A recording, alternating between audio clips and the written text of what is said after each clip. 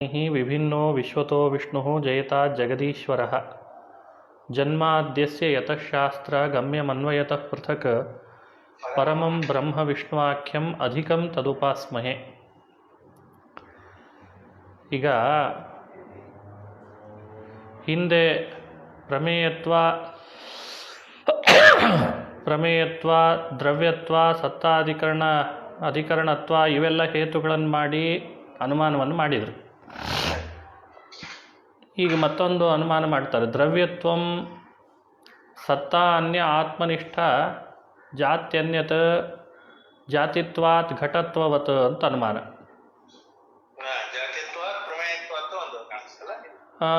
ಪ್ರಮೇಯತ್ವಾತ್ವಾ ಘಟತ್ವವತ್ ಅಂತ. ಈಗ ದ್ರವ್ಯತ್ವವನ್ನು ಪಕ್ಷ ಮಾಡಿ ಜಾತಿತ್ವವನ್ನು ಅಥವಾ ಪ್ರಮೇಯತ್ವವನ್ನು ಹೇತು ಮಾಡಿ ಘಟತ್ವವನ್ನು ದೃಷ್ಟಾಂತೀಕರಿಸಿ ಸತ್ತಾ ಅನ್ಯ ಆತ್ಮನಿಷ್ಠ ಜಾತಿ ಅನ್ಯತ್ವಾತ್ ಅಂತ ಅನುಮಾನ ಮಾಡ್ತಾರೆ. ಪಕ್ಷ ದ್ರವ್ಯತ್ವ ಪಕ್ಷ ಮಾಡಿಕೊಂಡಿದ್ದಾರೆ. ಇದು ದ್ರವ್ಯತ್ವ ಪಕ್ಷಕವಾದ ಅನುಮಾನ. ದ್ರವ್ಯತ್ವಂ ಸತ್ತಾ ಅನ್ಯ ಆತ್ಮನಿಷ್ಠ ಜಾತ್ಯನ್ಯತ್ ಜಾತಿತ್ವಾತ್ ಘಟತ್ವವತ್ ಅಂತ ಅನುಮಾನ ಮಾಡಿದರು. ದೃಷ್ಟಾಂತವಾದ ಘಟತ್ವದಲ್ಲಿ ಜಾತಿತ್ವ ಅನ್ನುವಂಥ ಹೇತು ಇದೆ. ದೃಷ್ಟಾಂತವಾದ ಘಟತ್ವದಲ್ಲಿ ಜಾತಿತ್ವ ಇದೆ ಅಲ್ಲ, ಅಲ್ಲಿ ಸತ್ತಾ ಅನ್ಯ ಆತ್ಮನಿಷ್ಠ ಜಾತ್ಯನ್ಯತ್ವನೂ ಇದೆ. ಸತ್ತಾ ಅನ್ಯವಾದ ಆತ್ಮನಿಷ್ಠ ಜಾತಿ ಅಂದರೆ ದ್ರವ್ಯತ್ವ ಗುಣತ್ವ ತುಂಬ ಇದ್ದಾವೆ. ಆ ಜಾತಿಗಿಂತ ಭಿನ್ನ ಜಾತಿಯಾಗಿದೆಯೋ ಇಲ್ಲೋದು ಘಟತ್ವ ಜಾತಿ. ಏವಂಚ ಸತ್ತಾ ಅನ್ಯ ಆತ್ಮನಿಷ್ಠ ದ್ರವ್ಯತ್ವ ಜಾತ್ಯನ್ಯತ್ವ ಘಟತ್ವಕ್ಕೆ ಬಂತು. ಇದೇ ಪಕ್ಷದಲ್ಲಿ ಇದನ್ನು ನೀವು ಸಾಧನೆ ಮಾಡುವಾಗ ಪಕ್ಷವಾದಂತಹ ದ್ರವ್ಯತ್ವದಲ್ಲಿ ಸತ್ತಾ ಅನ್ಯ ಆತ್ಮನಿಷ್ಠ ಜಾತಿ ಅಂತ ನೀವು ತಗೊಂಡ್ರೆ, ಸತ್ತಾ ಅನ್ಯ ಆತ್ಮನಿಷ್ಠ ಜಾತಿ ಅಂತ ತಗೊಂಡ್ರೆ ಗುಣತ್ವ ತಗೊಳ್ಳಿಕ್ಕೆ ಬರಲ್ಲ. ಸತ್ತಾಗಿಂತ ಭಿನ್ನವಾದಂತಹ ಆತ್ಮನಲ್ಲಿರುವ ಒಂದು ಜಾತಿ ತಗೊಳ್ಬೇಕು. ಸತ್ತಾದಿಂದ ಭಿನ್ನವಾಗಿರಬೇಕು, ಆತ್ಮನಲ್ಲಿ ಮಾತ್ರ ಇರಬೇಕು. ಅಂಥ ಒಂದು ಧರ್ಮ ಯಾವುದು? ಜಾತಿ. ಅದು ಆತ್ಮತ್ವನೇ ತಗೋಬೇಕಾಗ್ತದೆ. ದ್ರವ್ಯತ್ವ ತಗೋಬೇಕಿತ್ತು, ಅದು ದ್ರವ್ಯತ್ವಕ್ಕಿಂತ ಭಿನ್ನ ಆಗಲ್ಲ. ಆತ್ಮನಲ್ಲಿ ದ್ರವ್ಯತ್ವ ಇದೆ, ಆತ್ಮನಿಷ್ಠ ಆಗ್ತದೆ. ಆದರೆ ಪಕ್ಷ ದ್ರವ್ಯತ್ವ ಮಾಡಿದ್ರಿಂದ ಅದು ಆತ್ಮ ಭಿನ್ನ ಆಗ್ತದೆ, ಆತ್ಮತ್ವ ಭಿನ್ನ ಆಗ್ತದೆ ಹೊರತು ದ್ರವ್ಯತ್ವ ಭಿನ್ನ ಆಗಲ್ಲ. ಹಾಗಾಗಿ ಸತ್ತಾ ಅನ್ಯ ಆತ್ಮನಿಷ್ಠ ಜಾತಿ ಅಂತಂದಾಗ ಆತ್ಮತ್ವವನ್ನೇ ತಗೊಳ್ಬೇಕಾಗ್ತದೆ ಪಕ್ಷದಲ್ಲಿ ಸಾಧ್ಯ ಪರ್ಯವಸಾನ ಮಾಡುವಾಗ. ಹಾಗಾಗಿ ಸತ್ತಾ ಅನ್ಯ ಆತ್ಮನಿಷ್ಠ ಜಾತಿ ಅನ್ಯತ್ವ ಅನ್ನೋದು ದ್ರವ್ಯತ್ವ ಪಕ್ಷದಲ್ಲಿ ಬಂದ್ಬಿಡ್ತದೆ. ಆತ್ಮತ್ವ ತಗೊಂಡೇ ಈ ಪಕ್ಷದಲ್ಲಿ ಹೀಗೆ ನೀವು ಸಾಧ್ಯ ಪರ್ಯವಸಾನ ಮಾಡಬೇಕಾಗ್ತದೆ. ಹಾಗಾಗೇನೆ ಈ ಅನುಮಾನದಿಂದ ಆತ್ಮತ್ವ ಜಾತಿ ಸಿದ್ಧ ಆಗ್ತದೆ ಅಂತ ವ್ಯಾಸರಾಜರು. ಅರ್ಥ ಆಯಿತು ಅಂದ್ಕೊಳ್ತೀನಿ. ಆತ್ಮ ಅಣುತ್ವವಾದಿನ ಅಂತೂ ಆತ್ಮ ದ್ರವ್ಯತ್ವ ವ್ಯಾಪ್ಯ ಜಾತ್ಯಧಿಕರಣಂ ಅವಿಭುದ್ರವ್ಯತ್ವಾತ್ ಪೃಥ್ವೀವತ್ ಇತ್ಯಾದಿ ಅನುಮಾನ ಅನ್ಯ ಆತ್ಮಭೇದಂ ಸಾಧಯಂತಿ. ಅನುಮಾನಾನಿ ಆತ್ಮಭೇದಂ ಸಾಧಯಂತಿ ಅಂತ ಅರ್ಥ. ಈಗ ಆತ್ಮ ಅಣು ಅಂತ ವಾದ ಮಾಡ್ತೀವಿ ನಾವೆಲ್ಲ. ತಾರ್ಕಿಕರು ಆತ್ಮನನ್ನು ವಿಭು ಅಂತ ವಾದ ಮಾಡ್ತಾರೆ. ಅವರ ಮತದಲ್ಲಿ ತಾರ್ಕಿಕರಲ್ಲಿ ಆತ್ಮ ವಿಭು, ನಾವು ಹೇಳೋದು ಆತ್ಮ ಅಣು ಅಂತಂತೀವಿ. ಹಾಗಾಗಿ ಆತ್ಮ ಅಣುತ್ವವಾದಿನ ಅಂತೂ ಆತ್ಮ ದ್ರವ್ಯತ್ವ ವ್ಯಾಪ್ಯ ಜಾತ್ಯಧಿಕರಣಂ ಅವಿಭುದ್ರವ್ಯತ್ವಾತ್ ಪೃಥ್ವೀವತ್ ಹೀಗೆ ಅನುಮಾನ ಮಾಡಿಕೊಂಡ್ರೆ ಸಾಕು. ಈ ಅನುಮಾನದಲ್ಲಿ ಏನು ವಿಶೇಷ ಅಂದರೆ ಪೃಥ್ವಿ ಅನ್ನೋದು ದೃಷ್ಟಾಂತ ಆಗಿದೆ. ಪೃಥ್ವಿ ವಿಭುದ್ರವ್ಯ ಅಲ್ಲ. ಆಕಾಶ ಕಾಲಾದಿಗಳು ವಿಭುದ್ರವ್ಯವೇ ಹೊರತು ಪೃಥ್ವಿ ವಿಭುದ್ರವ್ಯ ಅಲ್ಲ. ಹಾಗಾಗಿ ಅವಿಭುದ್ರವ್ಯತ್ವ ಅನ್ನೋ ಹೇತು ಪೃಥ್ವಿಯಲ್ಲಿದೆ. ಅಲ್ಲಿ ದ್ರವ್ಯತ್ವ ವ್ಯಾಪ್ಯ ಜಾತಿ ಅಂದರೆ ಪೃಥ್ವಿತ್ವ ಜಾತಿ, ತದಧಿಕರಣತ್ವನೂ ಪೃಥ್ವಿಯಲ್ಲಿದೆ. ಹೌದಲ್ವಾ?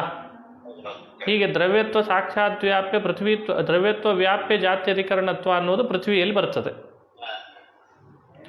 ಇದೇ ನೀವು ದ್ರವ್ಯತ್ವ ವ್ಯಾಪ್ಯ ಜಾತ್ಯಧಿಕರಣತ್ವ ಆತ್ಮನಲ್ಲಿ ಹೇಳುವಾಗ ಈ ಸಾಧ್ಯ ಪರ್ಯವಸಾನ ಮಾಡಲಿಕ್ಕೆ ಹೋದರೆ ಆತ್ಮತ್ವ ಜಾತಿ ತಗೊಂಡೇ ಮಾಡಬೇಕಾಗ್ತದೆ. ದ್ರವ್ಯತ್ವ ವ್ಯಾಪ್ಯ ಅಂತ ಕೊಡದೇ ಇದ್ದರೆ ಬರೀ ಜಾತ್ಯಧಿಕರಣ ಅಂತ ಕೊಟ್ಟಿದ್ದರೆ ಆತ್ಮನಲ್ಲಿ ದ್ರವ್ಯತ್ವ ಜಾತಿ ಇರೋದ್ರಿಂದ ಅಂತ ಸಾಧ್ಯ ಪರ್ಯವಸಾನ ಮಾಡಿ ಸಿದ್ಧ ಸಾಧನ ಅಂತ ಹೇಳ್ತಿದ್ರು ಅವರು. ಅದಕ್ಕೆ ಬುದ್ಧಿವಂತಿಕೆ ಮಾಡಿದರು ವ್ಯಾಸರಾಜರು. ದ್ರವ್ಯತ್ವ ವ್ಯಾಪ್ಯ ಜಾತ್ಯಧಿಕರಣತ್ವವನ್ನು ಸಾಧ್ಯ ಮಾಡಿಬಿಟ್ರು. ದ್ರವ್ಯತ್ವ ವ್ಯಾಪ್ಯ ಜಾತಿ ಅಂದರೆ ಒಂದು ಆತ್ಮತ್ವನೇ ತಗೊಳ್ಬೇಕು. ಹಾಗಾಗಿ ಅವಿಭೂ ದ್ರವ್ಯತ್ವ ಅನ್ನೋದು ಹೇತು ಇದು ಆತ್ಮ ವಿಭು ಅಂತ ಒಪ್ಪೋರ ಪ್ರಕಾರ ಅಸಿದ್ಧ ಆಗ್ತದೆ. ಆದರೆ ಆತ್ಮನನ್ನು ಅಣು ಅನ್ನೋದು ಒಪ್ಪುಕೊಳ್ಳೋರ ಪ್ರಕಾರ ಅವಿಭೂ ದ್ರವ್ಯತ್ವ ಹೇತು ಆತ್ಮ ಅನ್ನೋ ಪಕ್ಷದಲ್ಲಿ ಬಂದೇ ಬರ್ತದೆ ಅಲ್ವಾ? ಅದಕ್ಕೆ ಆತ್ಮ ಅಣುತ್ವವಾದಿನ ಅಂತ ಈ ಅನುಮಾನ ಆತ್ಮ ಅಣುತ್ವವಾದಿಗಳಿಗೆ ಮಾತ್ರ ಸಂಬಂಧಪಡುತ್ತದೆ ಅಂತಂದರು. ನಚ ಅತ್ರ ದ್ರವ್ಯತ್ವ ವ್ಯಾಪ್ಯ ಜಾತಿಮತ್ ಪದಾರ್ಥಾಂತರ ಸಿದ್ಧ ಅರ್ಥಾಂತರತ್ವ ಕೃಪ್ತೆ ಧರ್ಮಿಣಿ ಧರ್ಮ ವಿಶೇಷ ಸಾಧನ ಮಾತ್ರೇಣ ಅನುಮಾನ ಪರ್ಯವಸಾನ ಸಂಭವೇ ತದ್ವಿಶಿಷ್ಟ ಧರ್ಮಿಣಿ ಅನುಮಾನ ಪರ್ಯವಸಾನೆ ಗೌರವ ಅಂತಂದರು. ಇದ್ರ ಮೇಲೆ ಒಂದು ಪ್ರಶ್ನೆ ಕೇಳಿದರು. ಅಲ್ಲ, ದ್ರವ್ಯತ್ವ ವ್ಯಾಪ್ಯ ಜಾತಿ ಅಂದರೆ ಆತ್ಮತ್ವನೇ ತಗೊಳ್ಬೇಕು ಅಂತ ಯಾಕೆ ಹಠ? ಯಾವುದೋ ಒಂದು ಬೇರೆ ದ್ರವ್ಯತ್ವ ವ್ಯಾಪ್ಯ ಜಾತಿ ಮತ್ತು ಪದಾರ್ಥಾಂತರವನ್ನು ಒಪ್ಕೊಂಡ್ಬಿಡ್ತೇವೆ ಅಂತಂದರು. ಪದಾರ್ಥಾಂತರವನ್ನು ಒಪ್ಪಿಕೊಂಡು ತದ್ಭೇದವನ್ನು ಪಕ್ಷದಲ್ಲಿ ಸಾಧನೆ ಮಾಡಿಟ್ಬಿಡ್ತೇವೆ. ಹೀಗಾಗಿ ಆತ್ಮತ್ವ ಜಾತಿನೇ ತಗೊಳ್ಬೇಕು ಅಂತೇನಿಲ್ಲಲ್ಲ ಅಂತ ಅವರು ವಾದ ಮಾಡಿದರು. ಅದಕ್ಕೆ ವ್ಯಾಸರಾಜರಂತಾರೆ, ಧರ್ಮಿ ಕಲ್ಪನೆ ಮಾಡಿ ಅದರಲ್ಲಿ ಒಂದು ಧರ್ಮ ಕಲ್ಪನೆ ಮಾಡೋದಿದೆ ಅಲ್ಲ, ಇದು ಗೌರವ ಯಾವಾಗಲೂ. ಆಲ್ರೆಡಿ ಇರುವ ಧರ್ಮಿಯಲ್ಲೇನೆ ಒಂದು ಧರ್ಮವನ್ನು ಕಲ್ಪನೆ ಮಾಡಿದರೆ ಲಾಘವ ಅಂತಾರೆ. ಧರ್ಮಿ ಕಲ್ಪನಾತಃ ವರಂ ಧರ್ಮ ಕಲ್ಪನಂ ಅಂತ ನ್ಯಾಯ. ಧರ್ಮಿ ಯಾರು? ಆತ್ಮ ಅನ್ನೋ ಧರ್ಮಿ. ಇದು ಎಲ್ಲರಿಗೂ ಸಿದ್ಧನಾದಂಥ ಧರ್ಮಿ, ಕೃಪ್ತನಾದ ಧರ್ಮಿ. ಕ್ಲೃಪ್ತನಾದಂಥ ಆತ್ಮ ಅನ್ನೋ ಧರ್ಮಿಯಲ್ಲಿ ಆತ್ಮತ್ವ ಅನ್ನೋ ಒಂದು ಧರ್ಮ ವಿಶೇಷವನ್ನು ನಾವಿಲ್ಲಿ ಸಾಧನೆ ಮಾಡಿದರೆ ಅನುಮಾನವನ್ನು ಪರ್ಯವಸಾನ ಮಾಡಲಿಕ್ಕೆ ಬರ್ತಿರುವಾಗ ಪದಾರ್ಥಾಂತರವನ್ನೇ ಒಪ್ಪೋದಿದೆ ಅಲ್ಲ, ಅಂದರೆ ಮತ್ತು ಹೊಸ ಒಂದು ಧರ್ಮಿಯನ್ನೇ ಕಲ್ಪನೆ ಮಾಡಿ ಅಲ್ಲೊಂದು ಧರ್ಮವನ್ನು ಕಲ್ಪನೆ ಮಾಡೋದಿದೆಯಲ್ಲ, ಇದು ಗೌರವ. ಅಭಿಪ್ರಾಯ ಗೊತ್ತಾಯಿತು ಅಂದ್ಕೊಳ್ತೇನೆ. ನಚ ದ್ರವ್ಯತ್ವ ಅಸಿದ್ಧ್ಯಾದಿ ಆತ್ಮನಿ ನಿರ್ಗುಣೇ ರೂಪಾದಿಗುಣಾಭಾವೇಪಿ ಅಯಾವದ್ರವ್ಯಭಾವಿ ದ್ವಿತ್ವಾದಿಗುಣಾನಾಂ ವ್ಯಾವಹಾರಿಕಾಣಾಂ ಅಂಗೀಕಾರೇ ಬಾಧಕಾಭಾವಾತ್ ಗುಣಾದ್ಯಂತರ್ಭಾವ ಪ್ರಸಂಗಾಚ್ಚ ದ್ರವ್ಯತ್ವ ಸಿದ್ಧೇಹೇ ಅಂತಾರೆ. ಈಗ ಹೀಗೂ ಒಂದು ವಾದ ಮಾಡ್ತಾರೆ, ನಮ್ಮಲ್ಲಿ ಆತ್ಮ ನಿರ್ಗುಣ ಆಗಿಬಿಟ್ಟಿದ್ದಾನೆ, ನೀವು ಎಲ್ಲ ಅನುಮಾನಗಳಲ್ಲಿ ಹೇತು ಮಾಡುವಾಗ ದ್ರವ್ಯತ್ವ ಅಂತ ಮಾಡ್ತೀರಿ. ದ್ರವ್ಯತ್ವ ಅನ್ನೋದು ನಮ್ಮ ಪ್ರಕಾರ ಆತ್ಮನೊಳಗೆ ಇಲ್ಲೇ ಇಲ್ಲ ಅಂತ ನಾನು ಅಸಿದ್ಧಿ ಹೇಳ್ತೀನಿ ಅಂತ ಹಠ ಹಿಡಿದ್ರು ಅವರು. ಸಹಜ ಅಲ್ವಾ? ನಿರ್ಗುಣ ಅಂತಂದಮೇಲೆ ದ್ರವ್ಯತ್ವ ಅನ್ನೋದು ಹೇತು ಬರೋದೇ ಇಲ್ಲ, ಸಿದ್ಧಿ ಬರ್ತದೆ.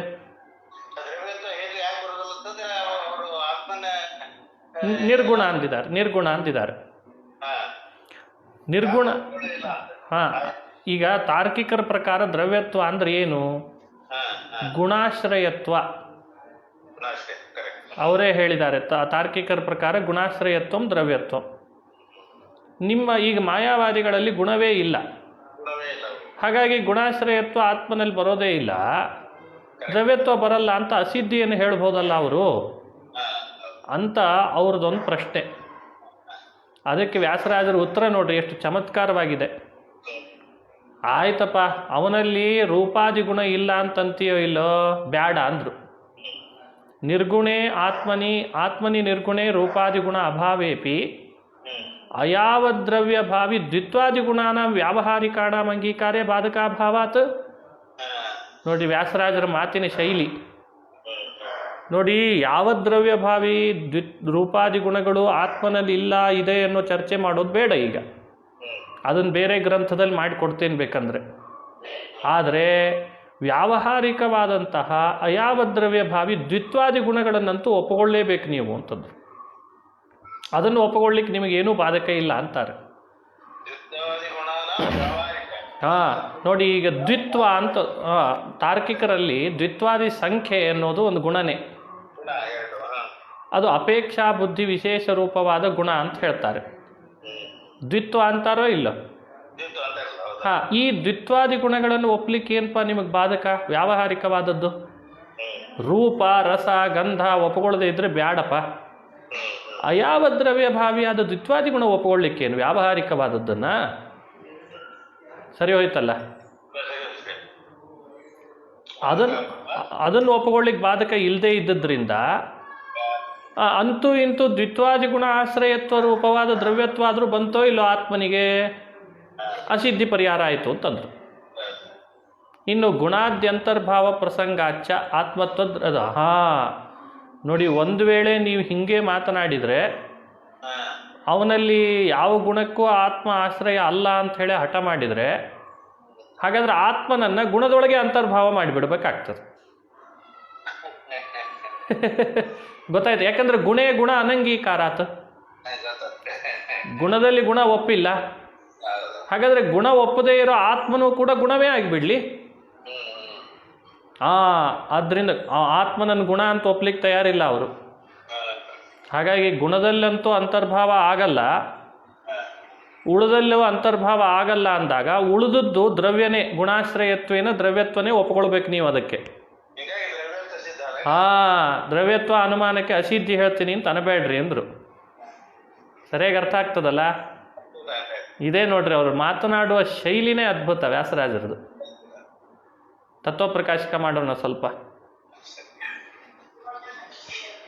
ಶುದ್ಧಾನಂದೋರು ಸಂವಿದ್ಯುತಿಬಲ ಬಹುಲೋದಾರ್ಯ ವೀರ್ಯಾದಿದೇಹಂ ಚಿಂತಾ ಸಂತಾಪಲೇಪೋದ್ಭವ ಮೃತಿಮುಖರಾಶೇಷ ದೋಷಾತಿದೂರಂ ಸದ್ಭಿರ್ವೈರಾಗ್ಯಭಕ್ತಿ ಶ್ರುತಿಮತಿನಿಯತಧ್ಯಾನ ಜಜ್ಞಾನ ಯೋಗಾತ್ ಗಮ್ಯಂ ವಂದೇ ಮುಕುಂದಾಭಿಧಮಮಲಮಲಂ ಬ್ರಹ್ಮ ವೇದಾಂತವೇದ್ಯಂ. ನಾರಾಯಣಂ ಗುಣೈಃ ಸರ್ವೈರುದೀರ್ಣಂ ದೋಷವರ್ಜಿತಂ ಜ್ಞೇಯಂ ಗಮ್ಯಂ ಗುರುಶ್ಚಾಪಿ ನತ್ವಾ ಸೂತ್ರಾರ್ಥ ಉಚ್ಯತೆ. ಓಂ ಅಥಾತೋ ಬ್ರಹ್ಮ ಜಿಜ್ಞಾಸಾ ಓಂ ಅಥ ಶಬ್ದೋ ಮಂಗಳಾರ್ಥಃ. ಓಂ ಆನಂದಮಯೋಭ್ಯಾಸಾತ್ ಓಂ ಓಂ ನೇತರೋ ಅನುಪಪತ್ತೇಹೆ. ಇದು 16ನೇ ಸೂತ್ರ, ಮೊದಲನೇ ಅಧ್ಯಾಯ, ಮೊದಲನೇ ಪಾದ, 6ನೇ ಅಧಿಕರಣ, 16ನೇ ಸೂತ್ರ. ಇದರದ್ದು ತತ್ವಪ್ರಕಾಶಕ. ನನು ಏವಂ ಮಯಟಾಂ ಪ್ರಾಚುರ್ಯಾರ್ಥತ್ವ ಮುಕ್ತ್ವ ತಥಾತ್ವೇ ಕಥಂಚಿದ್ ಅಲ್ಪಾರ್ಥತಾಂ ಪರಿಹೃತ್ಯ ಭೂತ ಅದ್ಯತ್ವಸ್ಯ ಅರ್ಥಾಂತರಂ ಅಭಿದಾಯ ಪರಾಮರ್ಶಸ್ಯ ಅನ್ಯಪರತ್ವಂ ಸಮರ್ಥ್ಯ ಬಹುಭಾವಸ್ಯ ಸ್ವರೂಪ ವಿಷಯತ್ವಂ ಗೃಹೀತ್ವಾ ಪುಚ್ಛತ್ವೋಕ್ತೇಃ ಅವಿರೋಧಂ ಅಪಾದ್ಯ, ಏನಿದೆ ಅಲ್ಲಿ ಅವಿರೋಧಂ ಆಪಾದ್ಯ, ಆಪಾದ್ಯ ಇದಂ ಇತಿ ನಿರ್ದೇಶಸ್ಯ ಲಾಕ್ಷಣಿಕತ್ವಂ ಅಂಗೀಕೃತ್ಯಾಪಿ ಕಿಂ ಅನ್ನಮಯಾದೀನಾಂ ವಿಷ್ಣುತ್ವಗ್ರಹಣೇನ ವಿರಿಂಚಾದಯೇವ ಆನಂದಮಯಾದಯಃ ಸಂತು ತತ್ಪ್ರಾಪಕ ಸದ್ಭಾವಾತ್ ಅಂತ ಇದರ ಮೇಲೆ ಹೆಚ್ಚಿನ ಒಂದು ಆಕ್ಷೇಪ. ಈಗ ಮಯಟಾಂ ಪ್ರಾಚುರ್ಯಾರ್ಥತ್ವ ಮುಕ್ತ್ವ, ಹಿಂದೆ ನೀವು ಮಯಟ್ಟಿಗೆ ಯಾವ ಅರ್ಥ ಮಾಡಿಬಿಟ್ರಿ? ಪ್ರಾಚುರ್ಯ ಅನ್ನೋ ಅರ್ಥ ಮಾಡಿದ್ರಿ. ವಿಕಾರ ಶಬ್ದ ಅನ್ನೇತಿ ಚೇನ್ನ ಪ್ರಾಚುರ್ಯಾರ್ಥತ್ವಾತ್ ಅಂತ ಮಯಟ್ ಪ್ರತ್ಯಯಕ್ಕೆ ಪ್ರಾಚುರ್ಯಾರ್ಥತ್ವವನ್ನು ಹೇಳಿದ್ರಿ. ಸರಿ, ಆಯ್ತು, ಅದನ್ನು ಒಪ್ಪಿಕೊಂಡ್ವಿ. ತಥಾತ್ವೇ ಕಥಂಚಿದ್ ಅಲ್ಪಾರ್ಥತಾಂ ಪರಿಹೃತ್ಯ, ಇನ್ನು ಅಲ್ಪ ಅನ್ನೋ ಅರ್ಥವನ್ನು ಬಿಟ್ಬಿಟ್ರಿ. ಪ್ರಾಚುರ್ಯಾರ್ಥತ್ವವನ್ನು ಒಪ್ಪಿಕೊಂಡ ಮೇಲೆ ಅಲ್ಪಾರ್ಥತ್ವವನ್ನು ಪರಿಹಾರ ಮಾಡಿಕೊಂಡ್ರಲ್ಲ ನೀವೇ. ಅದೇ ಉದಾಹರಣೆಗಳನ್ನು ಕೊಟ್ಟು, ಹೀಗಾಗಿ ಪ್ರಕಾಶ ಪ್ರಚುರ ಅಂತ ಉದಾಹರಣೆಯನ್ನು ಕೊಟ್ಟು ಅಲ್ಪ ಅನ್ನೋ ಅರ್ಥವನ್ನು ಪರಿಹಾರ ಮಾಡಿಕೊಂಡ್ರಿ. ಆಮೇಲೆ ಭೂತ ಅದ್ಯತ್ವಸ್ಯ ಅರ್ಥಾಂತರಮಭಿದಾಯ, ಭೂತಗಳನ್ನು ತಿನ್ನೋದು ಅನ್ನೋದನ್ನು ಅರ್ಥಾಂತರ ಹೇಳಿದ್ರಿ. ಏನು ಉಪಜೀವ್ಯತ್ವ ಅಂತ ಅರ್ಥ ಬೇರೆ ಮಾಡಿಬಿಟ್ರಿ ಅದಕ್ಕೆ, ಅಲ್ವಾ? ತಿನ್ನೋದು ಅಂದರೆ ಕೈಯಿಂದ ತಗೊಂಡು ತಿನ್ನೋದಲ್ಲ, ಉಪಜೀವ್ಯರಾಗಿರ್ತಾರೆ ಎಲ್ಲರೂ ಕೂಡ ಅವನಿಗೆ ಅಂತ ಅರ್ಥ ಮಾಡಿಬಿಟ್ರಿ. ಸರಿ, ಅದನ್ನೂ ಒಪ್ಪಿಕೊಳ್ಳೋಣ. ಪರಾಮರ್ಶಸ್ಯ ನೋಡ್ರಿ ಅಭಿದಾಯ ಪರಾಮರ್ಶಸ್ಯ ಅನ್ಯಪರತ್ವಂ ಸಮರ್ಥ್ಯ. ಇನ್ನು ಸಯೇವ ಅಂತ ಪರಾಮರ್ಶ ಮಾಡಿದಾರಲ್ಲ ಅಂತ ಕೇಳಲಿಕ್ಕೆ ಬಂದರೆ ಅದು ಬೇರೆಯೋದನ್ನು ಹೇಳಲಿಕ್ಕೆ ಹೊರಟಿದೆ ಅಂತ ಅದನ್ನು ಬೇರೆ ಅರ್ಥ ಮಾಡಿಬಿಟ್ರಿ, ಸಮರ್ಥನೆ ಮಾಡಿದ್ರಿ. ಇನ್ನು ಬಹುಭವನವನ್ನು ಹೇಳಿದ್ವಿ ಯುಕ್ತಿ. ಆ ಬಹುಭವನವನ್ನು ಏನು ಮಾಡಿಬಿಟ್ರಿ, ಬಹುಭಾವಸ್ಯ ಸ್ವರೂಪ ವಿಷಯತ್ವಂ ಗೃಹೀತ್ವ, ಬಹುಭಾವವನ್ನು ಸ್ವರೂಪ ವಿಷಯ ಅಂಥೇಳಿ ರೂಪ ಬಾಹುಲ್ಯ ಅಭಿಪ್ರಾಯದಿಂದ ಎಲ್ಲ ಅದನ್ನು ಕೂಡಿಸಿದ್ರಿ. ಸರಿ, ಅದನ್ನೂ ಇಟ್ಕೊಳ್ರಿ. ಇನ್ನು ಪುಚ್ಛತ್ವವನ್ನು ಹೇಳಿದೆವಲ್ಲ, ಅದನ್ನು ಹೇಗ್ರಿಪ್ಪ ಅವಯವ ಭಾವವನ್ನು ಕೂಡಿಸ್ಬೇಕಾದ್ರೆ ಹೆಂಗೆ ಸಾಧ್ಯ ಆಗ್ತದೆ ಅಂತ ಪ್ರಶ್ನೆ ಕೇಳಿದ್ವಿ. ಅದನ್ನೂ ಅವಿರೋಧ ಸಂಪಾದನೆ ಮಾಡಿದ್ವಿ. ಪುಚ್ಛತ್ವೋಕ್ತೇ ಅವಿರೋಧಂ ಆಪಾದ್ಯ. ಇನ್ನು ಇದಂ ಅಂತ ನಿರ್ದೇಶ ಮಾಡಬೇಕಾದ್ರೆ ಪ್ರತ್ಯಕ್ಷ ನಿರ್ದೇಶ ಆಗಬೇಕಲ್ಲ ಅಂತ ಕೇಳಿದ್ವಿ. ಅದನ್ನೂ ಲಾಕ್ಷಣಿಕ ಅಂದ್ಬಿಟ್ರಿ. ಹೆಂಗೆ ಪಟ ಆವೃತವಾದ ಜಾನು ಪ್ರದೇಶವನ್ನು ಜಾನು ಅಂತ ಪ್ರಯೋಗ ಮಾಡ್ತಾರೋ ಹಾಗೆ ಅದನ್ನು ನೀವೇನು ಮಾಡಿಬಿಟ್ರಿ, ಲಾಕ್ಷಣಿಕ ಅಂತ ಕೂಡಿಸಿದ್ರಿ. ಅಂಗೀಕೃತ್ಯಾಪಿ ಇಷ್ಟೆಲ್ಲ ಮಾಡಿ ನೀವು ಒಟ್ಟು ಇಡೀ ಪ್ರಕರಣವನ್ನು ಅನ್ನಮಯಾದಿಗಳನ್ನು ವಿಷ್ಣು ಅಂತ ಸಮಸ್ತನ ಮಾಡಿದ್ರಿ ಅಲ್ವಾ? ಎಲ್ಲ ಸರಿ ಹೋಯ್ತೋ ಇಲ್ಲ ಪದಾರ್ಥ? ಹಾಂ, ಹಾಗೆ ಓದ್ಕೊಳ್ಬೇಕು ಅದನ್ನು. ಅಲ್ಲಲ್ಲ ಅರ್ಧವಿರಾಮ ಹಾಕ್ಬೇಕು ಆ್ಯಕ್ಚುಲಿ. ಹಾಂ, ಗೃಹೀತ್ವ ವಿಷ್ಣುತ್ವ ಗ್ರಹಣಿ ಕಿಮ್ ಅನ್ನಮಯಾದೀನಾಂ ವಿಷ್ಣುತ್ವ ಗ್ರಹಣೇನ. ಇಷ್ಟೆಲ್ಲ ಮಾಡಿ ಅನ್ನಮಯಾದಿಗಳನ್ನು ವಿಷ್ಣು ಅಂತ ತಿಳಿಯೋಣದ್ರಿಂದ ಏನು? ವಿರಿಂಚಾದಯೇವ ಅನ್ನಮಯಾದಯ ಸಂತು. ವಿರಿಂಚ ಮೊದಲಾದಂಥ ದೇವತೆಗಳನ್ನು ಹಿಂದೆ ನಾವು ಪೂರ್ವ ಪಕ್ಷದಲ್ಲಿ ಪ್ರಸ್ತಾಪ ಮಾಡಿದ್ವಿ. ಸೂರ್ಯ ಆಗ್ಬೋದು, ಬ್ರಹ್ಮ ಆಗ್ಬೋದು, ಹಿರಣ್ಯ ಗರ್ಭ ಆಗ್ಬೋದು ಅಂತ ಅಂದಿದ್ವಲ್ವಾ. ಅವರನ್ನೇ ಬೇಕಂದ್ರೆ ಅನ್ನಮಯ ಅಂತ ಇಟ್ಕೊಳ್ರಿ. ಯಾಕೆ ಅಂದರೆ ತತ್ಪ್ರಾಪಕ ಸದ್ಭಾವಾತ್. ಹಿಂದೆ ಪೂರ್ವಪಕ್ಷ ಮಾಡುವಾಗ ಇವರನ್ನೆಲ್ಲ ಇಟ್ಕೊಳ್ಳಿಕ್ಕೆ ಏನು ಯುಕ್ತಿಗಳು ಅಂತ ನಾವು ಪ್ರಾಪಕ ಯುಕ್ತಿಗಳನ್ನು ಹೇಳಿದ್ದೇವೆ. ಹಾಗಾಗಿ ಆ ಪ್ರಾಪಕ ಯುಕ್ತಿಗಳನ್ನು ಇಟ್ಕೊಂಡು ಯಾಕೆ ಬ್ರಹ್ಮಾದಿಗಳನ್ನು ಅನ್ನಮಯಾದಿಗಳು ಅಂತ ಅನ್ನಬಾರ್ದು? ನಚ ಉಕ್ತ ಹೇತುಭ್ಯಸ್ತದ್ಗ್ರಹಣಂ ಬ್ರಹ್ಮಶಬ್ದಸ್ಯ ಅಪರಬ್ರಹ್ಮಸ್ವಪಿ ಸಂಭವಾತ್ ಹೇತು ವ್ಯಪದೇಶಸ್ಯ ಚ ವಿಷ್ಣುನಿಷ್ಠತೆಯ ಸ್ಪಷ್ಟಂ ಅಪ್ರತಿಭಾನಾತ್. ಅಲ್ಲ, ನಾವು ಹಿಂದೆ ಹೇಳಿದ ಯುಕ್ತಿಯಿಂದ ಅವರನ್ನು ತಗೊಳ್ಳಿಕ್ಕೆ ಬರಲ್ಲ ಅಂತಂತೇವಲ್ಲ ಅಂತ ಅನ್ಬೇಕು ನೀವು. ಹಿಂದೆ ಹೇಳಿದ ಯುಕ್ತಿಗಳಲ್ಲಿ ನೀವು ಹೇಳಿದ್ದು ಬ್ರಹ್ಮಶಬ್ದ ತಾನೇ. ಆ ಬ್ರಹ್ಮಶಬ್ದ ಅದು ಹೆಂಗಾದರೂ ಕೂಡಿಸ್ತೇವೆ ಅಂದ್ರೆ ಅವರು. ಅಪರಬ್ರಹ್ಮರಲ್ಲಿಯೂ ಕೂಡ ಬ್ರಹ್ಮಶಬ್ದವನ್ನು ವ್ಯಪದೇಶ ಮಾಡ್ಕೊಂಡ್ಬಿಡ್ತೀವಿ. ಇನ್ನು ಹೇತು ವ್ಯಪದೇಶ ಆತಂದಿರಿ, ಅದು ಇಟ್ಕೊಂಡ್ರಲ್ಲ ಹೇತು ವ್ಯಪದೇಶ ಆತಂತ.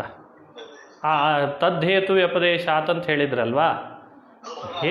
ಅದು ಹೇತು ವ್ಯಪದೇಶಸ್ಯ ಚ ವಿಷ್ಣುನಿಷ್ಠತೆಯ ಸ್ಪಷ್ಟಂ ಅಪ್ರತಿಭಾನಾತ್ ಅಂದ್ಬಿಟ್ರು. ಯಾವ ಹೇತು ಇದೆ ಅದು ವಿಷ್ಣುನಿಷ್ಠನೇ ಅಂತ ಸ್ಪಷ್ಟವಾಗಿ ನಮಗೆ ತೋರ್ತಾ ಇಲ್ಲ ಅದು ಅಂತ ಬೇರೆ ಅಂತ ಇದ್ದಾರೆ. ಈಗ ಹೆಂಗೆ ಪೂರ್ವಪಕ್ಷ ಮಾಡ್ತಿದ್ದಾರೆ ನೋಡ್ಕೊಳ್ಳಿ. ಇನ್ನು ಮಾಂತ್ರವರ್ಣಿಕಮೇವ ಚ ಗೀಯತೆ ಅಂದಿದ್ರಿ ನಿನ್ನೆ. ಅಲ್ಲಿ ಮಂತ್ರವರ್ಣ ಆರ್ಥಿಕ ಸಮಾಖ್ಯಾಯಾಶ್ಚ ಸೂರ್ಯೇ ಪ್ರೋಕ್ತತ್ವ ಲಿಂಗಾದಿಭ್ಯ ದುರ್ಬಲತ್ವೇನ ಸಾವಕಾಶತ್ವಾತ್. ಯಾವ ಮಂತ್ರವರ್ಣವನ್ನು ನೀವು ತೋರಿಸ್ತಿದ್ದೀರಲ್ಲ ಅದು ನಾವು ತೋರಿಸಿದ ಪೂರ್ವಪಕ್ಷದೊಳಗೆ ಸೂರ್ಯೇ ಪ್ರೋಕ್ತತ್ವ ಅನ್ನುವಂಥ ಲಿಂಗ ಏನಿದೆ ಅದಕ್ಕಿಂತ ನಿಮ್ಮ ಮಂತ್ರವರ್ಣ ದುರ್ಬಲ ಅಂದ್ಬಿಟ್ರು ಅವರು. ಅದನ್ನು ಸಾವಕಾಶ ಮಾಡ್ಕೊಂಡ್ಬಿಡ್ತೀವಿ. ಅನನ್ಯಥಾ ಸಿದ್ಧ ಹೇತ್ವಂತರಸ್ಯ ಚ ಅಭಾವಾತ್. ಅನನ್ಯಥಾ ಸಿದ್ಧವಾದ ಒಂದು ಹೇತ್ವಂತರ ಇದ್ದಿದ್ದರೆ ಇದನ್ನು ವಿಷ್ಣು ಅಂತ ಗ್ರಹಣ ಮಾಡೋದು ಸರಿ ಹೋಗ್ತಿತ್ತು. ಅಂಥ ಅನನ್ಯಥಾ ಸಿದ್ಧ ಹೇತು ಯಾವುದು ಕಾಣ್ತಾ ಇಲ್ಲ.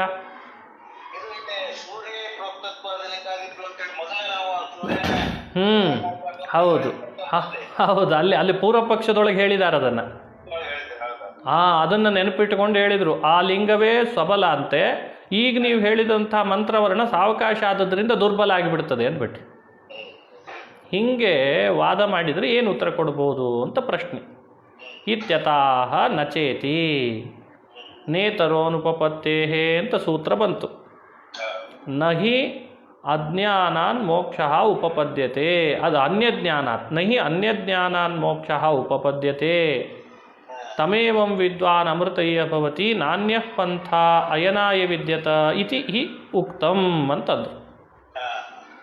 ಈಗ ಇಲ್ಲಿ ಅರ್ಥ ಬರೀತಾರೆ. ತತ್ರ ಹೇತ್ವಾಕಾಂಕ್ಷಾಯಾಂ ಸೂತ್ರಮುಪನ್ಯಸ್ಯ ಪ್ರತಿಜ್ಞಾಂಶಸ್ಯ ಪ್ರಾಚೀನ ಭಾಷೇಣೈವ ವ್ಯಾಖ್ಯಾತತ್ವಾತ್ ಸೌತ್ರಂ ಅನ್ಯಥಾ ಸಿದ್ಧ ಹೇತುಮೇವ ವ್ಯಾಚಷ್ಟೇ ನೇತರ ಇತಿ ಅಂತಂದ್ರು. ಇಲ್ಲಿ ಎಲ್ಲೋ ಒಂದು ಕಡೆ ಒಂದು ವಾಕ್ಯ ಭಾಷ್ಯದ್ದು ಮಿಸ್ ಆಗಿದೆ ಅಂತ ನನಗನ್ನಿಸ್ತಾ ಇದೆ. ಹಾಂ, ಅದು ಹಿಂದೆ ಪ್ರಿಂಟ್ ಆಗಬೇಕು, ಅದು ಇಲ್ಲಿ ಪ್ರಿಂಟ್ ಆಗಬೇಕು ಈ ಸೂತ್ರಕ್ಕೆ. ನಚ ಉಕ್ತ ಪ್ರಾಪ್ತ್ಯ ವಿರಿಂಚಾದಿ ಉಚ್ಯತೆ ಅಂತ ಅದು ಈ ಸೂತ್ರಕ್ಕೆ ಅದು ಅವತರಣಿಕ, ಅದು ಹಿಂದೆ ಪ್ರಿಂಟ್ ಆಗಿಬಿಟ್ಟಿದೆ. ಅದು ಪ್ರಿಂಟ್ ಮಿಸ್ಟೇಕ್, ಸ್ವಲ್ಪ ತಿದ್ದುಕೊಳ್ಬೇಕು ಇವೆಲ್ಲ ಪುಸ್ತಕಗಳನ್ನ. ಅದಕ್ಕೆ ಉತ್ತರ ಕೊಡ್ತಾರೆ ಈಗ. ತತ್ರ ಹೇತ್ವಾಕಾಂಕ್ಷಾಯಾಂ ಸೂತ್ರಮುಪನ್ಯಸ್ಯ ಪ್ರತಿಜ್ಞಾಂಶಸ್ಯ ಪ್ರಾಚೀನ ಭಾಷೇಣೈವ ವ್ಯಾಖ್ಯಾತತ್ವಾತ್ ಸೌತ್ರಂ ಅನ್ಯಥಾ ಸಿದ್ಧಿ ಹೇತುಮೇವ ವ್ಯಾಚಷ್ಟೆ. ಹೇಳ್ತೀನಿ ಈಗ. ಹೇತ್ವಾಕಾಂಕ್ಷಾಯಾಂ ಸೂತ್ರಂ ಉಪನ್ಯಸ್ಯ, ಕಾರಣ ಕೊಡಬೇಕಲ್ವಾ, ಅದಕ್ಕೆ ಸೂತ್ರವನ್ನು ಉಪನ್ಯಾಸ ಮಾಡಿ ಪ್ರತಿಜ್ಞಾಂಶಸ್ಯ ಪ್ರಾಚೀನ ಭಾಷೇಣೈವ ವ್ಯಾಖ್ಯಾತತ್ವಾತ್. ಇನ್ನು ಪ್ರತಿಜ್ಞಾಂಶ ಅನ್ನೋದು ಹಿಂದಿನ ಭಾಷ್ಯದಲ್ಲೇ ವ್ಯಾಖ್ಯಾನ ಮಾಡಿಬಿಟ್ಟಿದ್ದಾರೆ. ಅಂದರೆ ಅನ್ನಮಯಾದಿ ಪದವಾಚ್ಯನಾದವನು ವಿಷ್ಣುನೇನೆ, ಇನ್ನೊಬ್ಬರಲ್ಲ, ಇದೇ ಪ್ರತಿಜ್ಞಾಂಶ. ನ ಇತರಹ ಹಿಂದೆ ವ್ಯಾಖ್ಯಾನ ಮಾಡಿಬಿಟ್ಟಿದ್ದಾರೆ. ಇದು ಸೌತ್ರಂ ಅನನ್ಯತಾ ಸಿದ್ಧ ಹೇತುಮೇವ ವ್ಯಾಚಷ್ಟೆ. ಈ ಸೂತ್ರದಲ್ಲಿ ಹೇಳುವಂಥ ಈಗಿನ ಏನು ಹೇತು ಇದೆ ಅನುಪಪತ್ತೇಹೆ ಅಂತ ಹೇಳ್ತಾರಲ್ಲ, ಇದು ಅನ್ಯಥಾ ಸಿದ್ಧ ಆಗಲ್ಲ, ಇದು ಅನನ್ಯಥಾ ಸಿದ್ಧ ಹೇತು ಅಂತ ಹೇಳ್ತಾರೆ. ಈಗ ಅನನ್ಯತಾ ಸಿದ್ಧ ಹೇತು ಅಂದರೆ ವಿಷ್ಣುನನ್ನು ಬಿಟ್ಟು ಬೇರೆ ಕಡೆಯಲ್ಲಿ ಕೂಡಿಸ್ಲಿಕ್ಕೆ ಬರಲ್ಲ ನೋಡಿ. ಅದಕ್ಕೆ ಬರೀತಾರೆ ನೇತರಹ. ಅದಕ್ಕೇನರ್ಥ? ಸೂತ್ರದ ಅರ್ಥ ನ ಆನಂದಮಯಾದಿರ್ ವಿಷ್ಣೋಹೋ ಇತರಹ ಅಂತ ಅರ್ಥ. ಇದು ಪ್ರತಿಜ್ಞಾ.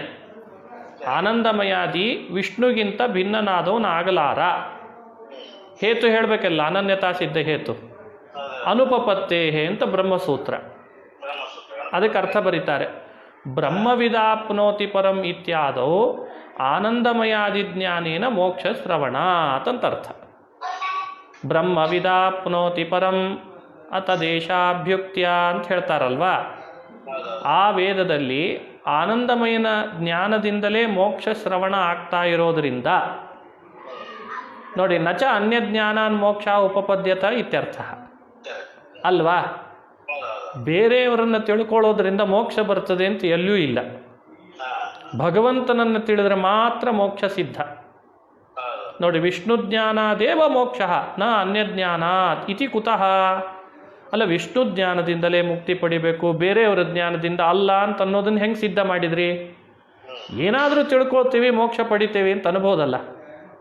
ಅದಕ್ಕೆ ಆಚಾರ ತಮೇವಂ ವಿದ್ವಾನ್ ಅಮೃತ ಇಹ ಭವತಿ ನಾಣ್ಯ ಪಂಥಾಯನಾಯ ವಿದ್ಯತೆ ಅಂತ ತೈತ್ತರೀಯ ಆರಣ್ಯಕ ಉಪನಿಷತ್ತಿನಲ್ಲಿ ತಮೇವಂ ವಿದ್ವಾನ್ ಅಮೃತ ಇಹ ಭವತಿ ಅಂತಂದಿದ್ದಾರೆ.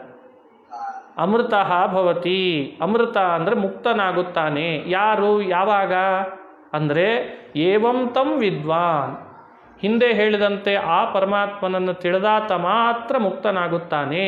ಹಾಗಾದರೆ ವಿಷ್ಣು ಜ್ಞಾನದಿಂದಲೇ ಮುಕ್ತಿ ಅನ್ನೋದು ಸಿದ್ಧನ? ಒಂದು ವೇಳೆ ಸೂರ್ಯ ಜ್ಞಾನದಿಂದ ಮುಕ್ತಿ ಅಂತೇನಾದರೂ ಇದ್ದಿದ್ರೆ, ಚತುರ್ಮುಖನ ಜ್ಞಾನದಿಂದ ಮುಕ್ತಿ ಅಂತ ಇದ್ದಿದ್ರೆ ಇದನ್ನೂ ಅವನ ಪರವಾಗಿ ವ್ಯಾಖ್ಯಾನ ಮಾಡ್ಬೋದಾಗಿತ್ತು. ಈಗಿದು ಅನನ್ಯತಾ ಸಿದ್ಧ ಹೇತುನೇ ಆಯಿತು. ಸರಿಯಾಗಿ ಅರ್ಥ ಆಯ್ತಲ್ಲ? ಇಷ್ಟು ಅದನ್ನು ವ್ಯಾಖ್ಯಾನ ಮಾಡಿ ತೋರಿಸ್ತಾ ಇದ್ದಾರೆ. ಸರಿಯಾಗಿ ಗೊತ್ತಾಗ್ತದಲ್ಲ? ಇನ್ನು ಮುಂದಿನ ಸೂತ್ರ ಓಂ ಭೇದ ವ್ಯಪದೇಶಾಚ ಅಂತ ಬ್ರಹ್ಮಸೂತ್ರ. ಈ ಸೂತ್ರದಲ್ಲಿ ಆ ಬ್ರಹ್ಮಾದಿಗಳೆಲ್ಲರೂ ಕೂಡ ಆನಂದಮಯನೇ ಯಾಕೆ ಆಗಬಾರ್ದು ಅಂತ ಮತ್ತೆ ಪೂರ್ವಪಕ್ಷ. ಹೇತ್ವಂತರೇಣ ಬ್ರಹ್ಮಾದೀನಾಂ ಆನಂದಮಯಾದಿತ್ವಂ ನಿರಾಕುರುವ ಸೂತ್ರಂ ಪಠಿತ್ವ. ಬೇರೆ ಮತ್ತೊಂದು ಹೇತುವಿನಿಂದಲೂ ಆನಂದಮಯಾದಿಗಳು ಬ್ರಹ್ಮನಾಗಲಾರ, ಚತುರ್ಮುಖನಾಗಲಾರ, ಸೂರ್ಯನಾಗಲಾರ, ವಿಷ್ಣುನೇ ಆಗಬೇಕು. ಯಾಕೆ ಅಂದರೆ ಭೇದ ವ್ಯಪದೇಶಾಚ ಅಂತಂತಾರೆ. ಅದನ್ನು ತೋರಿಸ್ಲಿಕ್ಕೋಸ್ಕರ ಈ ಸೂತ್ರ ಬಂದಿದೆ. ಅದು ನಾಳೆ ಮಾಡ್ತೀನಿ.